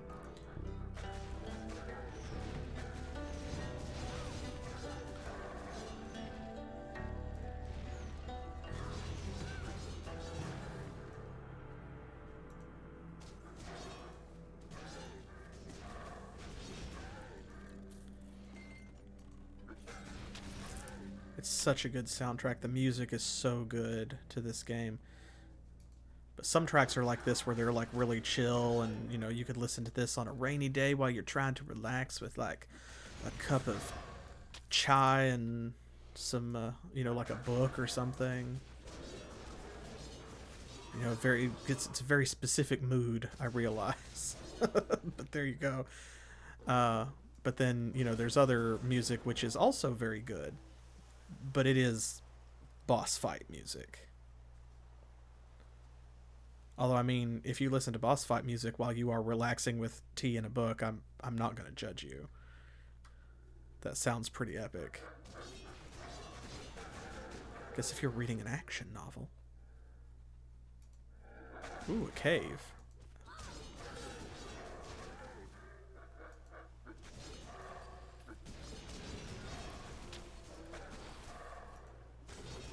A lot of these saber lions around. Oh, random bear. Hello.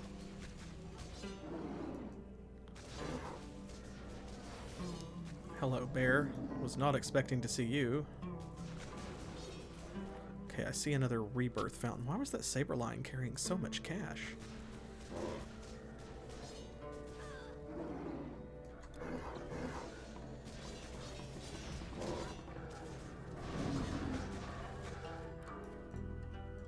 Okay, so far... Oop, bunch of spiders. Uh-oh. Suddenly spiders, which is the worst way to spiders. Especially if you're the kind of person who does not spiders.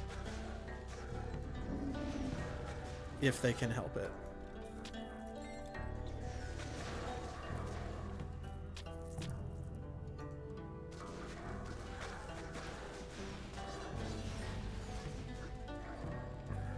Spiders distracted me. I was saying something else. It's gone.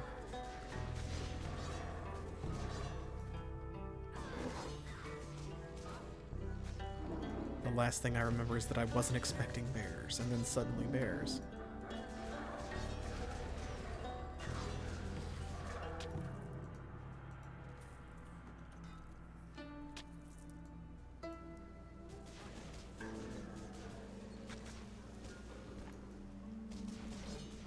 Here we go. Full circle.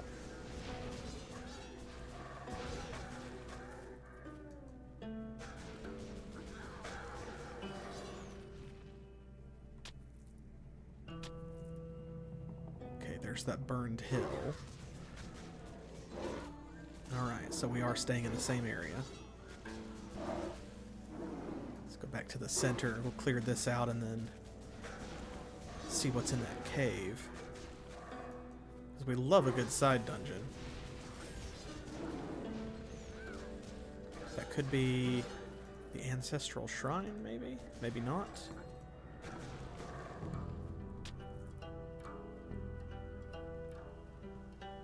Here. Oop. Monkey.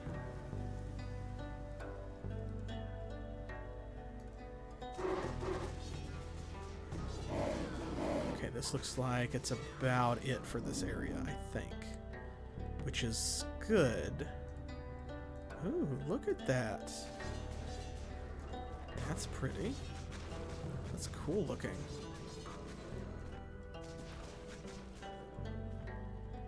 Look at that tree.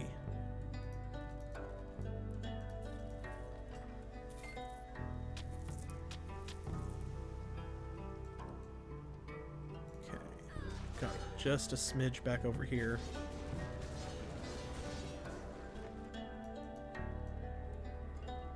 Okay, we came through that way, so I think that that's it for this area.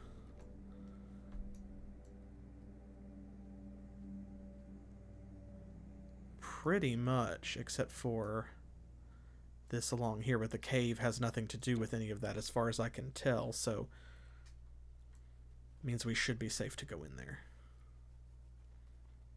Well, it's not going to be safe, but it's going to be an adventure. Elemental Cave of Wood? Ooh. Oh.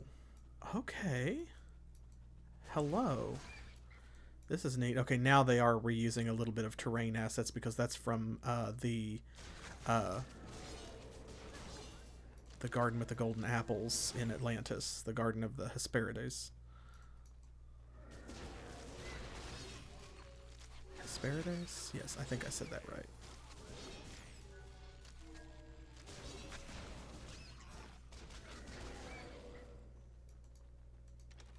Okay, we knew that was going to be trapped. Those have only been tiny spiders so far, to the point where they're like concealed under the effect layer of the Titan Slayer's Onslaught ability, so I'm probably not going to tag for spiders on YouTube.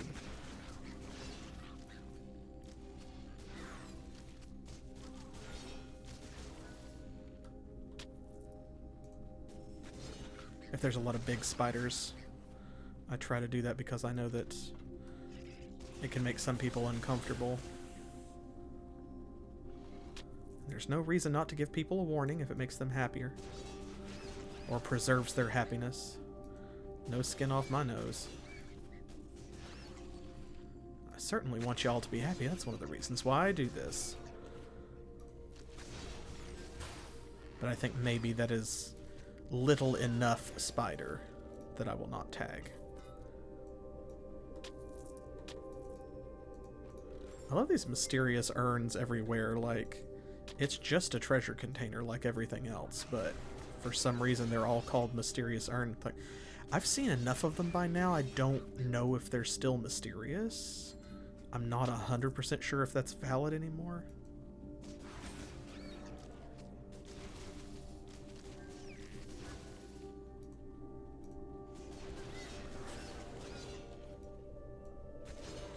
Oh, there's a lot of these guys.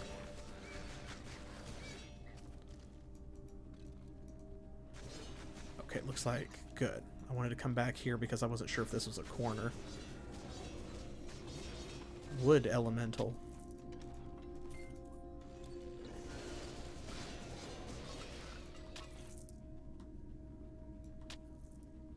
I love this place. This is cool.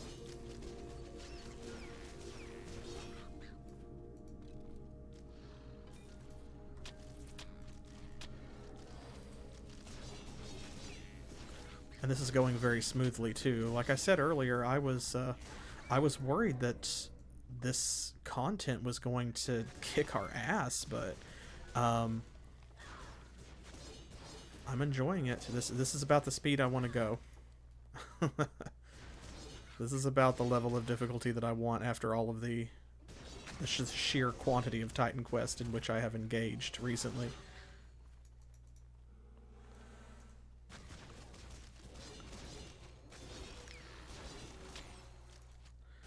As is often the case, I find that playing a lot of a game makes me want to play other games, or just makes me want to play games more, if that makes any sense. So it's like some of the drops and things that I've gotten that this character can't use or won't be using have, you know, inspired me to like want to play some more Titan Quest with a different build, even though I just went through so much Titan Quest. Like our character here, we don't really have like lore for her. She is just the Titan Slayer. She is just a girl boss who is out here doing what needs to be done.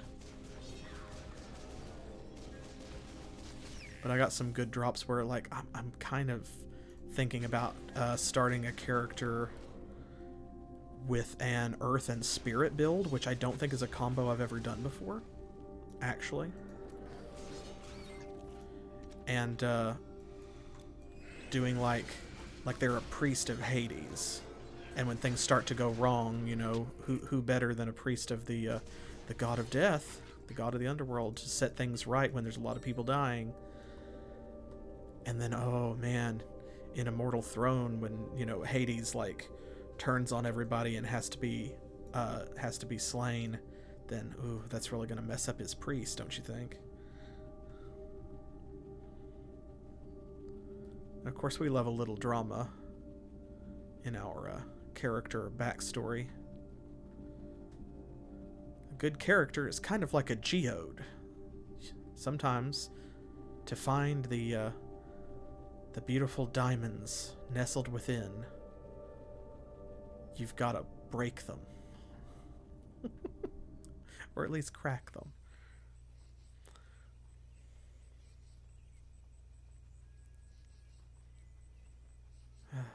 Spoken like a lifelong D&D player, if not necessarily a lifelong writer. Okay, well, looks like that really is that for this area. There's no way to get over to any of those little islands. We're not walking across the sandbar. We have another rebirth fountain here. And this is probably going to lead to that fort that they were talking about, the village elder mentioned. We'll get as far as we can in the next few minutes, and then we'll see if we can find a good place to wrap it up. I thought one of the soldiers might talk to us and give us directions or point us along. I'm surprised that they didn't.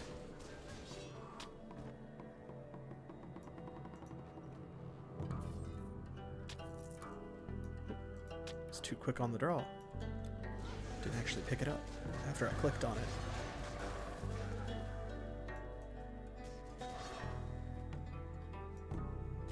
Meet you halfway, monkey.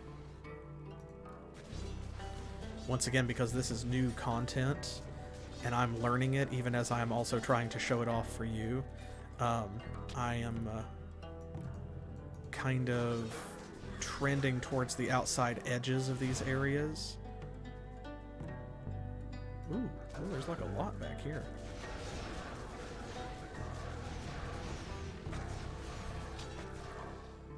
because that just lets us define the area that we are playing in.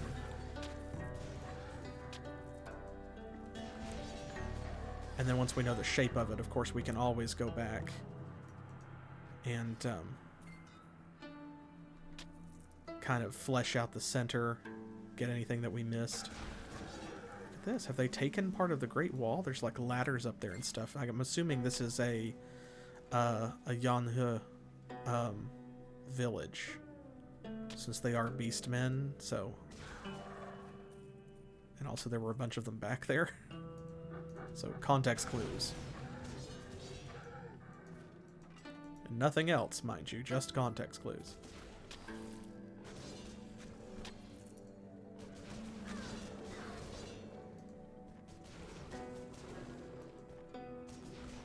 Okay, well, we're back at the road. Having the Great Wall along one side is actually helpful because it tells us that that is, for sure, the furthest we're going that way. I can't think of a more visible and effective barrier physically and symbolically in this situation than the literal Great Wall.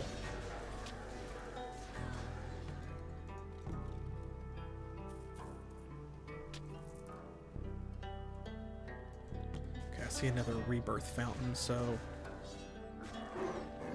we'll go grab that when we get close enough to it and then swing back the other way and finish exploring this section. Doesn't look like it's much further. Okay, there it is. The Silk Road approach. Oh, well that makes sense, because last time we saw the Great Wall, it was in the Silk Road section of the game. Yeah, it's been a while since we've been there. Because that's vanilla Titan Quest, that's not even Immortal Throne content.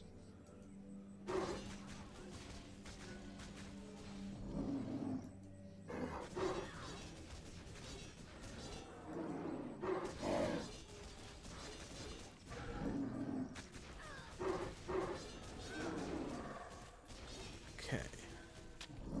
Let's see, lots of bears. Bears carrying cash. I see the river here on this side, so I'm guessing this is, yeah, this is probably our boundary.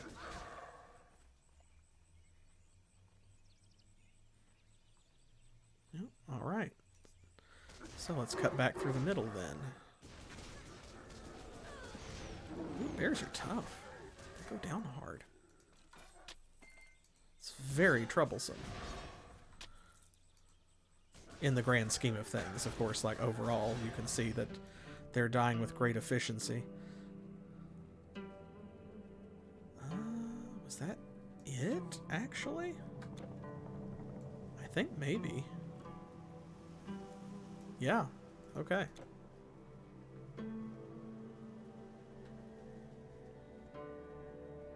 Don't know how I missed that floor cache, but whatever. Got it that time. Okay. Into the woods, it looks like. Oh, here are these gorilla people.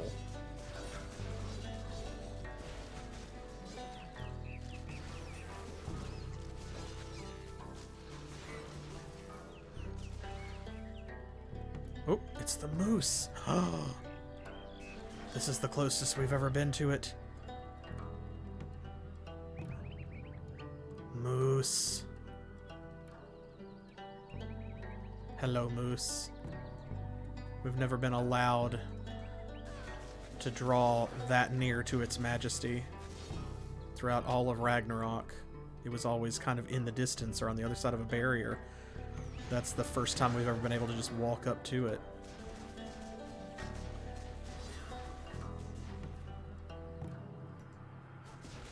Amazing. I feel so blessed.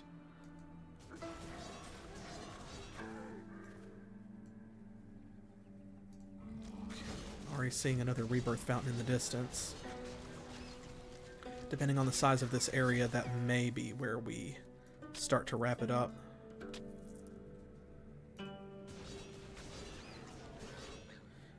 Oh, yep, there we go, and that leads to plot, and this doesn't. Let's go ahead and take care of this then. Ooh, that was a good distort reality. Got a whole crowd.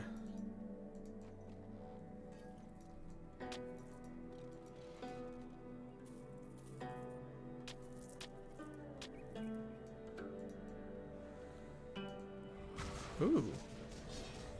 Oh, this might be the abandoned fort. I bet, yeah, because I see what's probably a gorilla boss up there.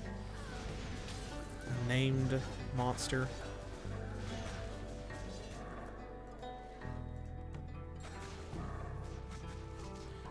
Don't let the efficacy of our passage here fool you. Because Legendary, as those of you who have joined me for some of the previous live streams, has been a little touch and go. I have taken some deaths. I probably will again. But this is going really well so far.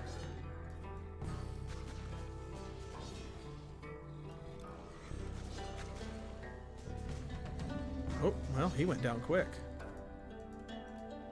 That was way less of a fight than I was expecting. Wow. I feel like I didn't really even need my battle standard.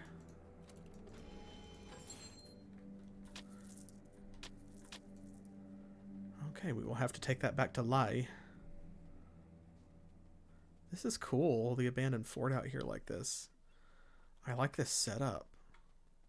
I like the view. I love these environments. This is just really cool. This is a very pretty part of the game.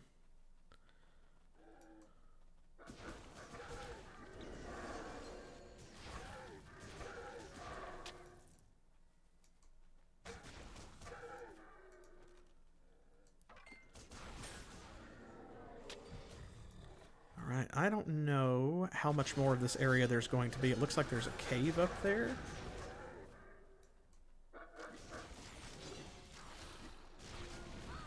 Hello.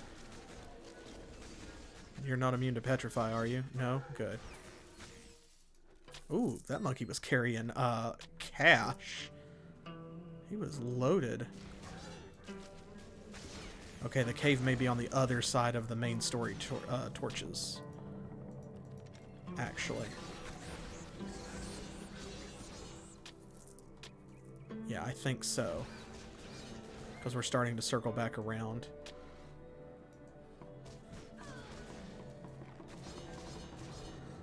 Let's see. Oh, there's a path going somewhere, perhaps?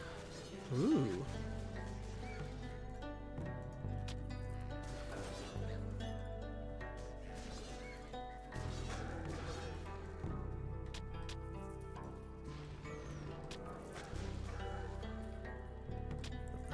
Drop. Okay, we've already been here because I see dead quill vines. Okay, so this is back kind of closer to where we came in. Is that a path? It looks like one. That would be a great indicator for something kind of like the Primrose Passage or the Overlord's Passage. Okay, so that is going to take us on towards further adventures. So that's where we will respawn next time. And look, man. Whew, okay, so we did get to the second portal, but we didn't quite make it to the third one in a full stream. That's a lot. So this is more like Ragnarok-sized content, where in terms of how the portals are spread out. And that indicates then that it's going to be even bigger because there are more portals. Here we go. Village Idol. Looks kind of like the Jade figurine. Gods, you did it. I don't even know how to thank you. Here, take this.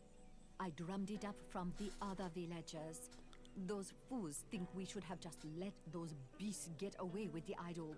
But they don't know a thing about how this world works. Say, would you happen to be bound for Pyongyang? My son Chan lives there, and I haven't heard from him in almost a year. If you could just let him know his mother is alright, well, it would mean a lot to me. Okay. Sure. Alright, we got a potion of service. What is that? increases your base armor. 300 armor for 30 seconds. Safe travels. Safe travels. Okay. Alright, well, Do you want to buy something? I was really hoping that we would make it to the next portal. I'm tempted to keep going a little bit and see if we can, but with the spacing between like the first one and the second one, I just don't know for sure if we're going to make it. So much work. So I'm going to go back to the caravan here. Drop off this stuff that we picked up that we're not going to be using.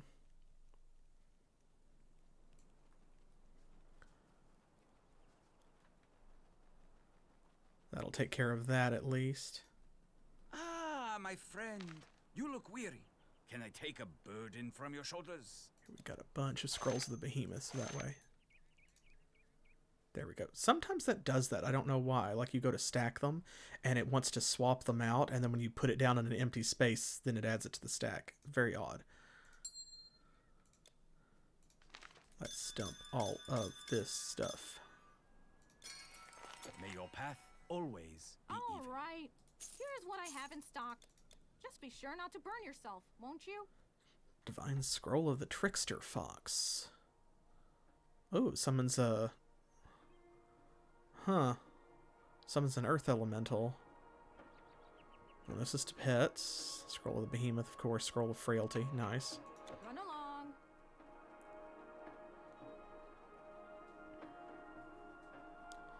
Oh man, I'm having so much fun. I kind of don't want to stop. I just don't know how much further that next portal's going to be, though. So...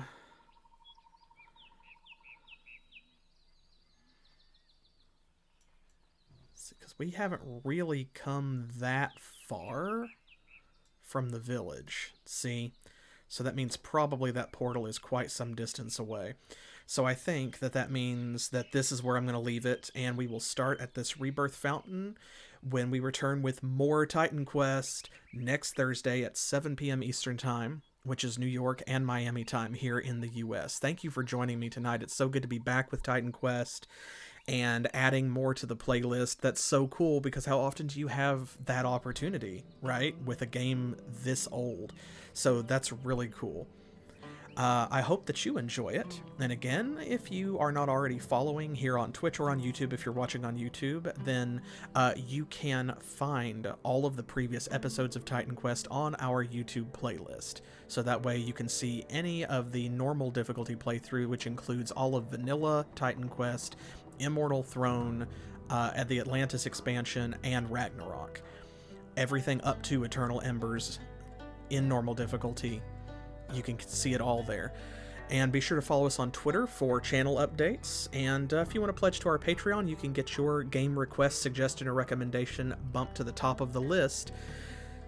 I will see you in the next stream. I'll be back on Saturday with more Baldur's Gate as we continue the descent into Durlag's Labyrinth. We're going to finish that up this time, and hopefully then we will be heading back to the final battle with Saravok for Vanilla Baldur's Gate and finishing that out.